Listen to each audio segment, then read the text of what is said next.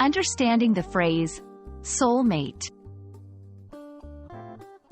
Hello dear learners. Today, we're diving into a beautiful and romantic phrase used often in English, soulmate. By the end of this video, you'll not only know its meaning but also how and when to use it. Let's get started. Soulmate is a compound noun made up of two words, soul and mate. 1. Soul refers to the immaterial essence or spirit of a person. It's often thought of as the part of us that contains our emotions, beliefs, and character. 2. Mate. In this context, it refers to a partner or companion. It can be used to describe animals or humans who pair up for companionship or to have offspring. So, when you put them together, soulmate describes someone who is seen as your perfect companion, not just on a surface level, but deep down in the core of who you are. Understanding a term is great, but knowing how to use it in context is even better.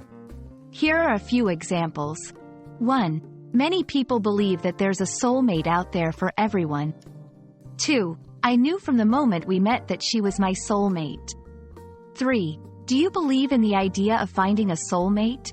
It's important to note that the term is often used in romantic contexts, but it can also describe a deep, non-romantic bond between friends. To enrich your vocabulary, here are some synonyms and related phrases. 1. Kindred spirit. This is someone who feels and thinks the way you do. It's like a soulmate, but can be non-romantic.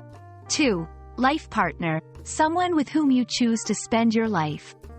3. Other half. Implies that this person completes you in some way. Using synonyms can help you express the same idea in different ways, making your conversations richer and more varied. The concept of a soulmate is a beautiful one, signifying a deep connection with someone else. Whether you believe in the idea or not, it's a common term in English literature and conversations. We hope you found this explanation helpful. Keep practicing, and you'll master the nuances of the English language in no time. Until next time, happy learning!